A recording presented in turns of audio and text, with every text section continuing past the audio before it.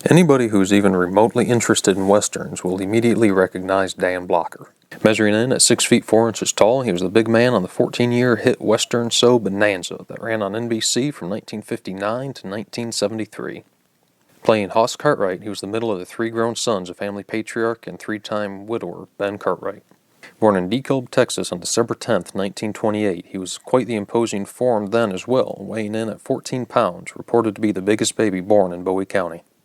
By the time he was 12, Blocker had reached a height of 6 feet and weighed in at 200 pounds.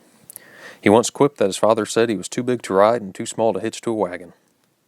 He also said that his father told him he was going to be a big man when he was all grown. He told his son that if he used his size and strength right, it could be a wonderful thing, but if he didn't, it could have a disastrous outcome for him. I think, as we all can attest of Hoss, we know what decision he made. His first exposure to the world of acting was in a college production of Arsenic and Old Lace when they needed somebody to carry the bodies up from the basement for the curtain call. It is said that he knew from his first non-speaking role what he was meant to do. He headed to Boston in 1950 with a degree in English, joining a repertoire company, appearing on Broadway in a production of King Lear. The draft put a temporary end to his career as he was drafted into the military, serving in the 45th Infantry Division during the Korean War, rising to the rank of sergeant. He was demobilized in 1952 with a Purple Heart for wounds in combat, as well as the National Defense Service Medal, Korean Service Medal with 2 Bronze Campaign Stars, Republic of Korea Presidential Unit Citation, United Nations Service Medal, Korean War Service Medal, and a Combat Infantryman Badge.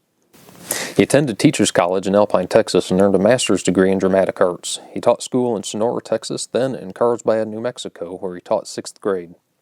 Having married in 1952, he then moved his family to California, where he again taught school while preparing for his Ph.D.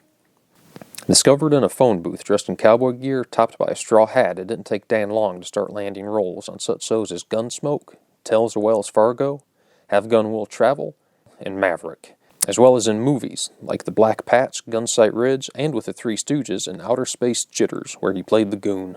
From his first role in a short called Hook a Crook, playing a gorilla, it only took him 4 years to land the role of the biggest of the Cartwrights in 1959. Having already played big and dumb type characters, David DeTort, creator of the Western, envisioned something different for Dan this time around, a warmer, gentler giant. Dan took to the role, creating one of the most well-beloved and recognizable characters in television history. But it was not without struggle. In a television interview, Dan admitted that for the first 2 to 3 years, while trying to get the character of Hoss down pat, he was more or less Hoss Cartwright all the time. By the time the 3rd season was over, he was able to leave his character at the studio gate and pick him up the next morning. But as we all know, he truly was Hoss. In fact, he was so fond of his on-screen character that he went on to found and own the Bonanza and Ponderosa Steakhouses. As any fan of Bonanza knows, Michael Landon was the only one of the original cast to start and finish the show with his own hair.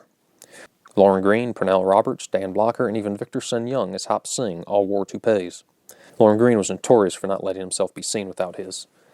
Well, Pernell Roberts would often do rehearsal without his hairpiece, and then Dan Blocker would have fun with his. In an interview Michael Landon did on The Tonight Show with Johnny Carson, he related how Dan would go into a restaurant with his family and then sneeze, letting his toupee slip down just above his eyes and act like he didn't know, while everyone else there tried not to stare at the big man with the drooping hairline. Staying on the show for 13 years and appearing in over 400 episodes, Dan Blocker sadly died on May 13, 1972, at the age of 43, from a blood clot in his lung after undergoing gallbladder surgery. The hit show only lasted a half season more without the big man to help carry it, being canceled only halfway through the 14th season. But constant reruns have kept the television giant alive in the hearts of faithful fans, even though no one could ever forget Hoss Cartwright.